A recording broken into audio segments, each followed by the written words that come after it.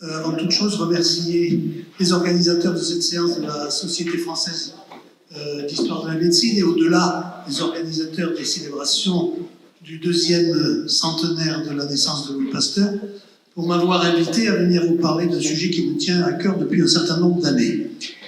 La découverte de l'origine microbienne des maladies et de la méthode de s'en protéger par la vaccination, grâce aux travaux de Louis Pasteur, représenta une avancée remarquable dans le domaine médical et sanitaire. Le succès de la vaccination antirabique en 1885 entraîna, on l'a dit à plusieurs reprises, un extraordinaire mouvement d'opinion qui aboutit non seulement à la construction du premier bâtiment de l'Institut Pasteur à Paris, grâce à une souscription publique internationale, mais aussi à l'essaimage de centres de vaccination antirabique à travers le monde. Et à peine 2 ans après les premières vaccinations parisiennes, 14 centres appliquaient dans le monde le traitement antirabique de Pasteur, depuis Odessa jusqu'à New York, en passant par le Brésil et le Mexique.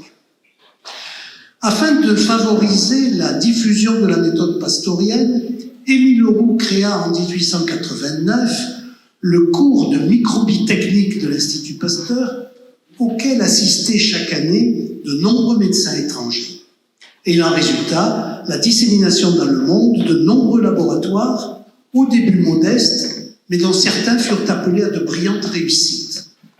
Sous l'impulsion d'Émile Leroux et d'Albert Calmette, certains de ces laboratoires prirent une expansion remarquable et devinrent des filiales de l'Institut Pasteur, que l'on qualifia d'Institut Pasteur d'outre-mer.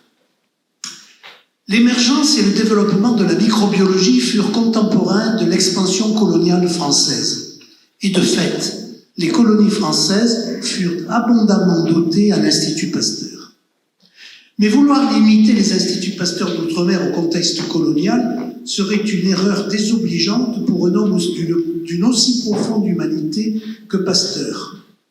Aller dans les contrées lointaines et multiplier les laboratoires pour que l'humanité grandisse, se fortifie et devienne meilleure, exhortait-il ses élèves en 1888. Et de fait, des instituts Pasteur ne furent pas installés seulement dans l'empire colonial, mais également dans de nombreux pays indépendants des 5 continents, et j'y reviendrai ultérieurement.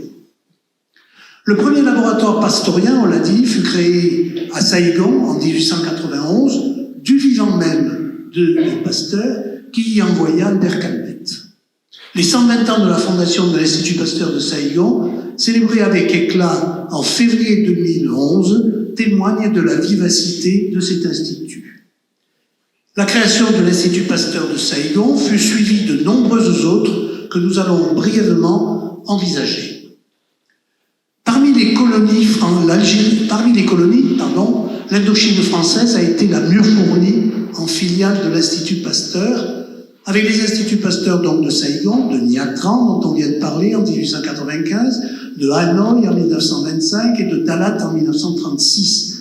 4 établissements placés sous une même direction générale. Alors au début, il n'y en avait que 2, sous la direction d'Alexandre Yersin, puis ensuite, direction de Noël Bernard, dans un territoire qui, à l'époque, comportait 25 millions d'habitants et où la variole et la rage faisaient des ravages. À cet ensemble s'ajouta l'Institut Pasteur de Phnom Penh en 1953.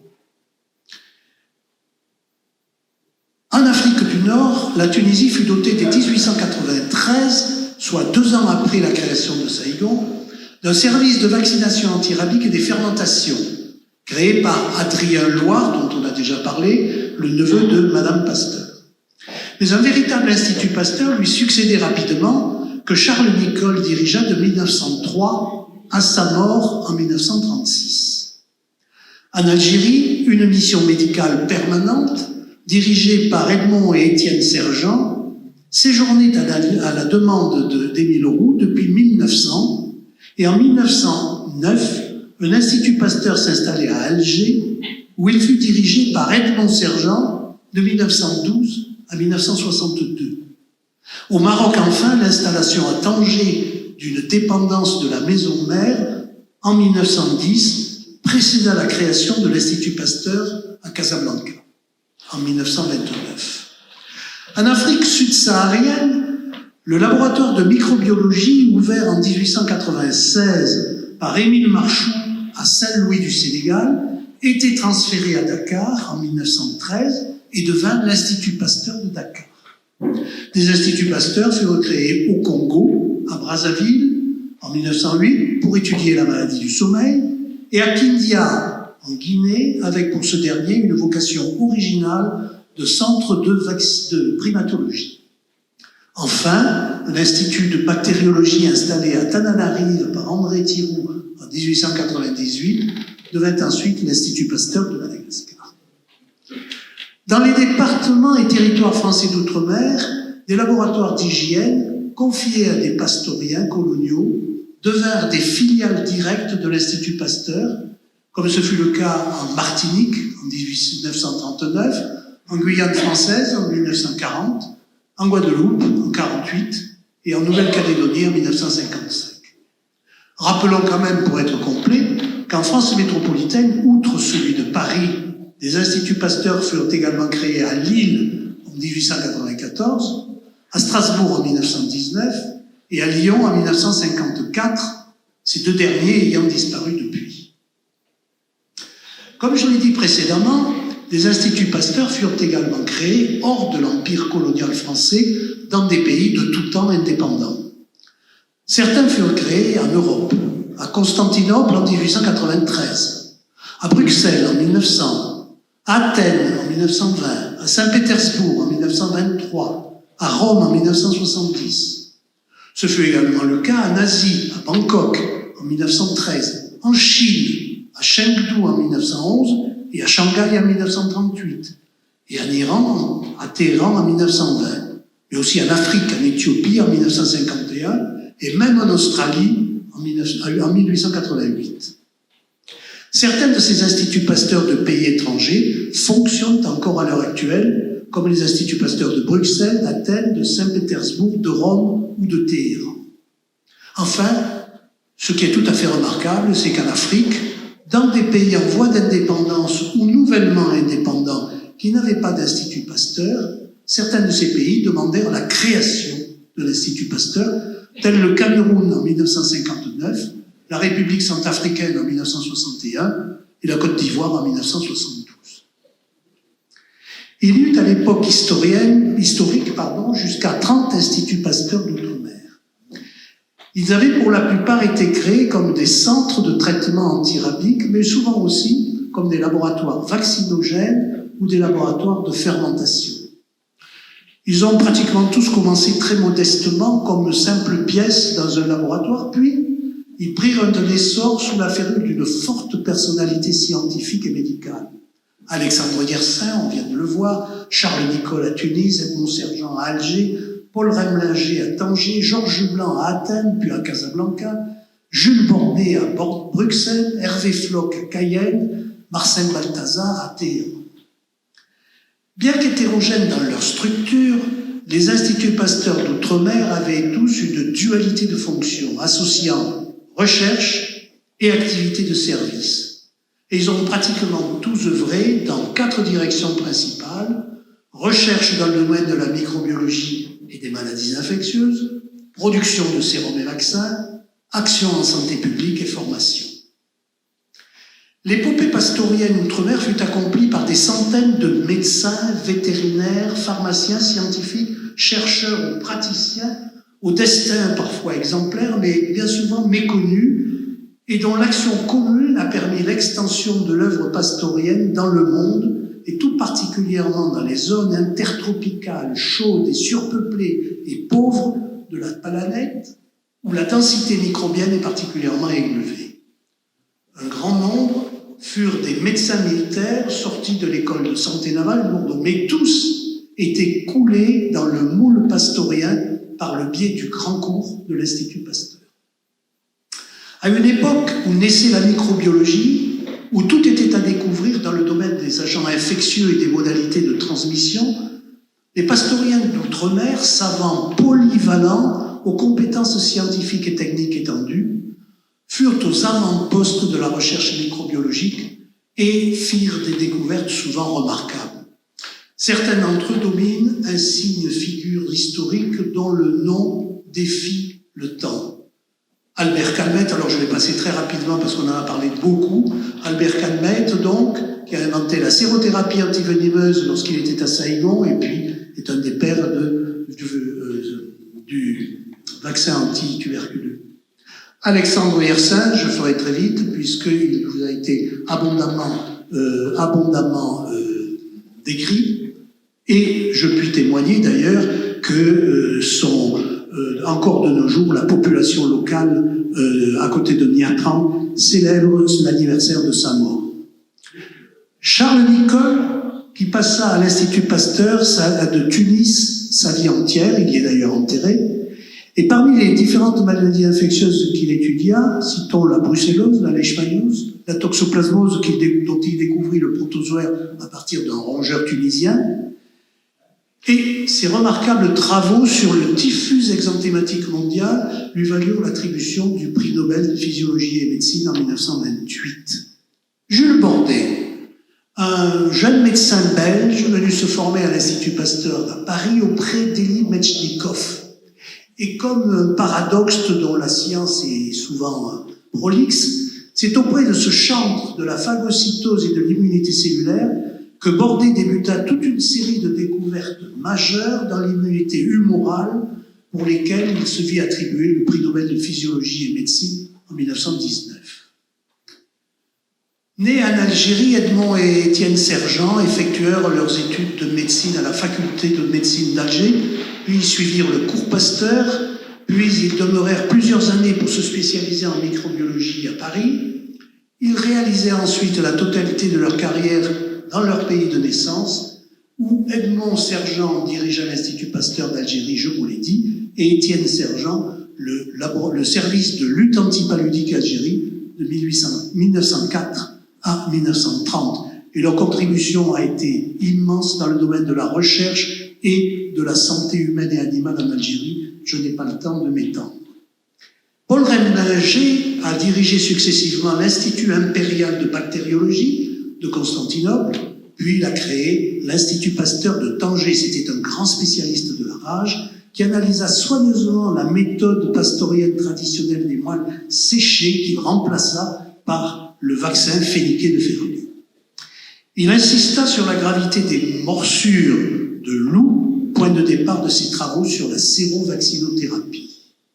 Georges Blanc, digne élève de Charles Nicolle, auprès duquel il travailla à l'Institut Pasteur de Tunis, il étudia soigneusement l'histoire naturelle des agents pathogènes des principales maladies à transmission vectorielle au cours de ces diverses affectations, fièvre récurrente et typhus en Tunisie, maladie virale et dengue en Grèce, typhus burin, spirokétose et peste au Maroc. Georges Girard, une grande figure de la lutte contre la peste qui sévissait à l'état endémo-épidémique à Madagascar, où il mit au point un vaccin antipesteux qui permit de sauver des milliers de personnes, non seulement à Madagascar, mais dans d'autres pays d'Afrique et à l'URSS, à l'époque où le streptomycine n'existait pas et où l'URSS existait encore. Marcel Balthazar, lui, qui conduisit durant 12 ans une remarquable étude sur l'épidémiologie de la peste au Kurdistan iranien, mais je n'ai pas le temps de m'étendre sur lui.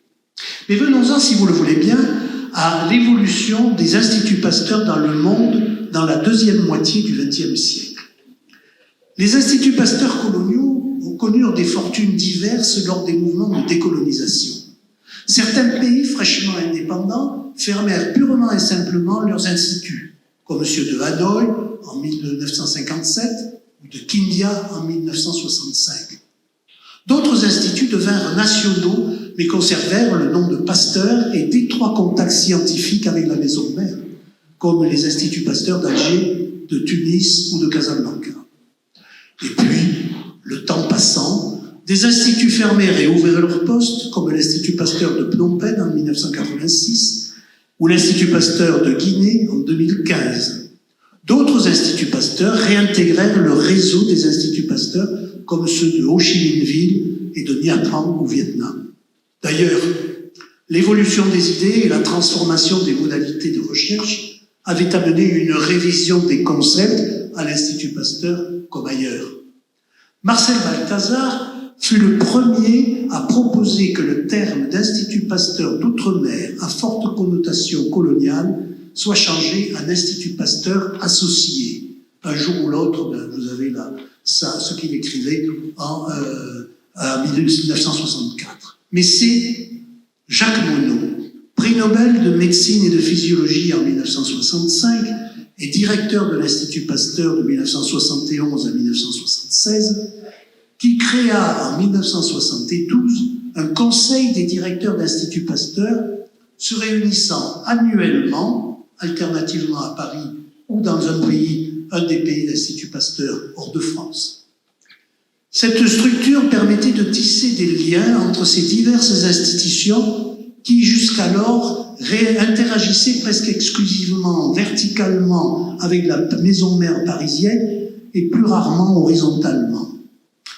Progressivement, le conseil des directeurs prouva son efficacité avec la création de groupes d'études communs, par discipline d'abord, par thématique ensuite.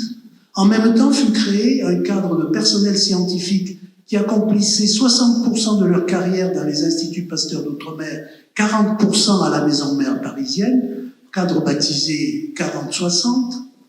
Et ainsi, dans les années 1980, émergea une communauté scientifique pastorienne interétablissement qui conduisit à la création en 1988 du réseau des instituts Pasteur et instituts associés. Si les missions de base des instituts Pasteur demeuraient pratiquement les mêmes, recherche, santé publique, production, enseignement, la création du réseau des instituts Pasteur correspondait à un véritable passage de relais avec des transferts de technologie dans le domaine de la recherche et des transferts de savoir dans celui de l'enseignement. Et grâce à cette structure, la communauté pastorienne dans le monde pouvait développer de véritables programmes scientifiques collaboratifs sur un pied d'égalité et développer un réseau de centres de référence et de surveillance des maladies infectieuses pour une recherche en infectiologie plus performante et mieux répartie entre tous les instituts Pasteur. Plus proche de nous, en 2003, Philippe Kourilski, directeur de l'Institut Pasteur, transforma le réseau des instituts Pasteur et instituts associés en réseau international des instituts Pasteur, doté d'un bureau exécutif et d'un budget commun et dont les membres adhéraient à une charte des valeurs pasteuriennes qu'ils s'engageaient à respecter. Il en résultait l'émergence d'une nouvelle génération d'instituts dotés de plateformes de recherche innovantes. Aujourd'hui, avec 33 institutions dans 25 pays sur 5 continents, le réseau international des instituts Pasteur représente une structure adaptée à la forte compétition internationale dans le domaine de la recherche scientifique et technique. Cette structure en réseau permet le renforcement du potentiel scientifique et technique de l'ensemble de ses membres et elle constitue une interface privilégiée entre pays du Nord et pays du Sud dans lequel se développent d'ambitieux programmes internationaux en lien avec les ministères de santé des pays concernés et l'Organisation mondiale de la santé. Les émergences d'épidémies nouvelles, VIH, SIDA, fièvre hémorragique, grippe, coronavirus, amenèrent à privilégier les programmes de surveillance dans le domaine de la santé publique. Parmi les grands programmes en cours, citons la surveillance des méningites bactériennes en Afrique, la création de réseaux sentinelles de grippe en Afrique et en Asie, la lutte contre les infections respiratoires et diarrhéiques, la surveillance de la résistance aux anti-infectieux. Et les grandes maladies infectieuses restent les cibles de programmes collaboratifs de recherche, en particulier sida, tuberculose, paludisme, fièvre jaune, dengue, rage, hépatite virale, leishmaniose, grippe. En bref, le réseau international des instituts Pasteur représente aujourd'hui un modèle de coopération scientifique internationale unique et original dans la droite ligne de l'ambition pastorienne des débuts. Je vous remercie pour votre attention. Je remercie les pastoriens du musée, les conservateurs et conservatrices du musée et le responsable de la photothèque. Et si vous voulez en savoir plus, Je vous renvoie à mon ouvrage sur les Instituts Pasteur d'Outre-mer, qui a d'ailleurs été traduit en vietnamien. J'en ai été très content. Et je vous renvoie également à deux ouvrages que j'ai écrits sur les Instituts Pasteur d'Algérie, sur l'Institut Pasteur d'Alger, avec Edmond et Étienne Sergent. Merci pour votre attention.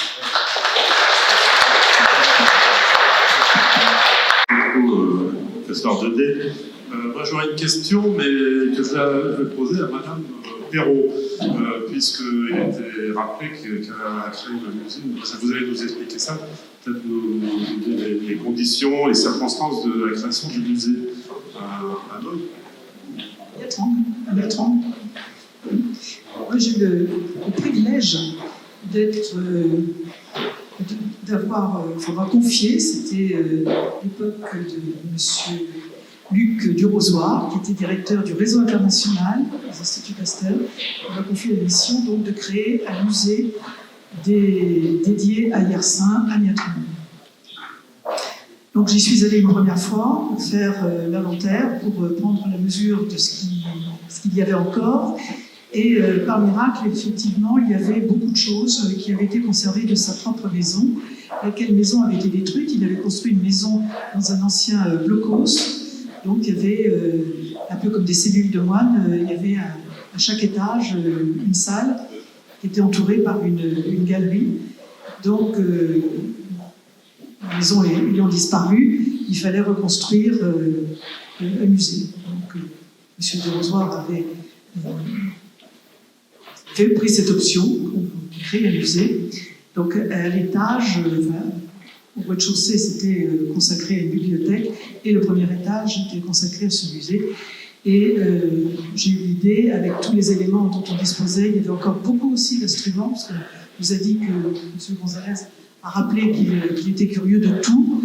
Il s'intéressait à la marine, à l'aviation, aux marées. Il y avait beaucoup d'instruments de contrôle, de mesure, magnifiques d'ailleurs. Donc on a pu créer ce musée. Et j'ai pris l'option de reprendre ce qui existait dans sa maison, c'est-à-dire donc une pièce avec cette galerie qui l'entourait. Donc au centre, on a pu reconstituer à peu près, évidemment, mais avec son lit, son rocking chair, son bureau, sa bibliothèque. Alors là, une bibliothèque aussi qui était impeccablement aussi contrôlée. Enfin, il y avait l'astronomie, tout était encore en parfait état et classement. Et voilà, j'ai été aussi. Donc, je suis allée faire l'inventaire. Et puis, sur place à Paris, j'ai pu créer. Donc, on a créé un musée vraiment à Paris pour le transporter et l'imaginer pour le transporter à Niatron. J'ai eu l'aide d'un muséographe aussi, Laurent Dédé, qui m'a beaucoup aidé avec les moyens dont on disposait. Et on est reparti, je suis repartie avec lui, avec une caisse à outils, parce que sur place, il n'y a pas grand-chose. Enfin, on a été aussi aidé par le personnel de l'Institut Pasteur, qui a été formidable. Et donc, on a déménagé, c'était une épopée, tout ce qu'il y avait dans un ancien bâtiment, et on l'a installé donc, dans ce nouvel espace. Et c'est un musée que je vous conseille d'aller visiter et de découvrir ce fabuleux pays qu'est le Vietnam également. Certains d'entre vous l'ont déjà peut-être. Merci beaucoup. On a eu une belle présentation générale sur les géographies lointaines par rapport à Pasteur. J'ai un petit correctif et un petit additif. Le correctif, c'est moi personnellement qui ai inventé le terme de réseau international des instituts Pasteur et instituts associés. Ça n'est pas dû à Philippe Korilski, et c'est avec Durozoir, qui est effectivement chargé de la gestion générale des réseaux, que nous avons mis en place, d'une part, la charte qui a été signée par tous les directeurs, un certain nombre d'autres choses, la participation de directeurs des différents instituts Pasteur à l'Assemblée de l'Institut Pasteur à Paris, de la mise en place de programmes communs pour permettre des recherches en commun des différents instituts. Donc je souhaite simplement que ce soit attribué à moi et pas à Philippe Courrisque. La deuxième chose que je veux dire, c'est juste un additif. Le nouveau directeur, la nouvelle direction a décidé de donner un nouveau nom au réseau. C'est un nom anglais, il s'appelle le Pasteur Network.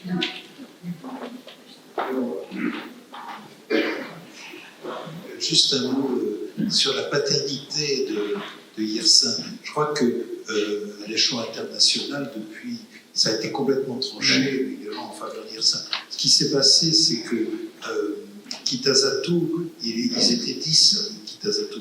Il avait des études, enfin c'est une histoire classique, et ils ont isolé un pneumocoque à partir du sang, tout simplement. Alors la question a été définitivement tranchée par le comité de nomenclature international qui a donné le nom de Yersinia pestis. Et à partir de ce moment-là, plus personne ne discute. Il y a une revue générale dans Microbiological Reviews qui détaille les deux, tous les résultats des deux personnes. Et il n'y a aucune personne qui pense que Kitazato puisse être à l'origine. Oui, peut-être. Enfin, au Japon, peut-être. Effectivement, il y a beaucoup de gens qui continuent à dire que Yersin et Kitazato étaient... Par ignorance. Oui, par ignorance.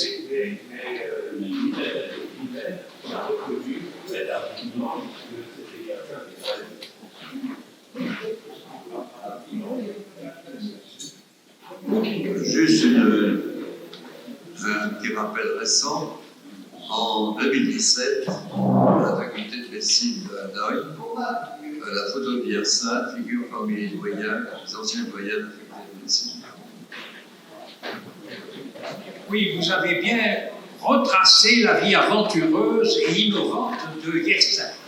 Alors, vous avez dit qu'il avait commencé à faire ses études à Marbourg, en Allemagne, et il a eu la bonne idée d'aller à Jena, et c'est là qu'il a acheté son microscope Zeiss. On parlait tout à l'heure des colorants, la liline, indispensable pour colorer les microbes, mais il faut aussi un bon et très bon microscope.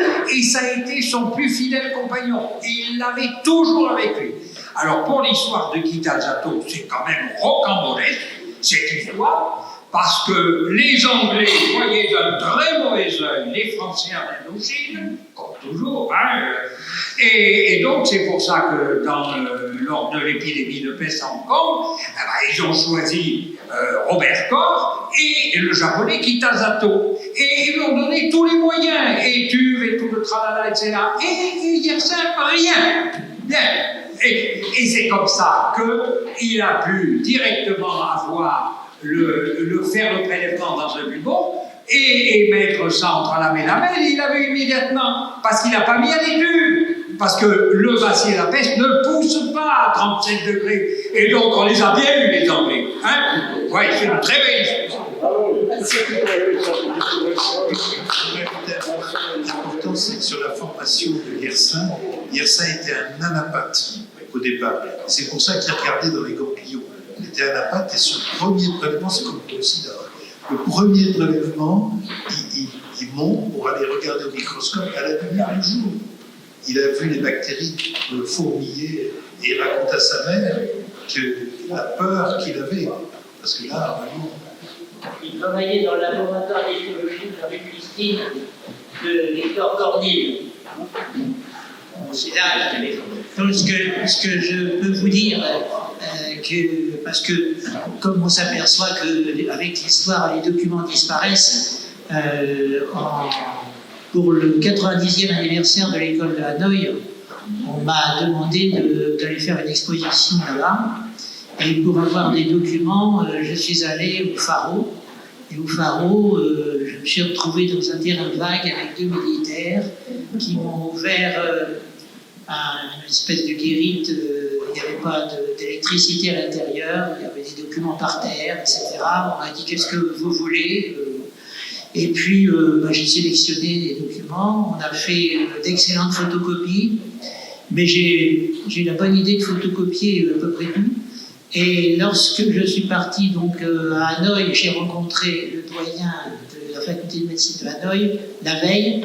J'étais accompagné du président de mon université, Paris 6, et tous les documents ont disparu dans la demi-heure, c'est-à-dire que l'exposition, je ne l'ai jamais vue, elle n'a jamais été présentée où que ce soit, et je ne sais pas, je ne veux pas faire d'enquête pour savoir ce que sont devenus ces documents, mais en tout cas, il y a un doyen de la faculté de Hanoï qui a certainement dans sa carte des choses intéressantes. Je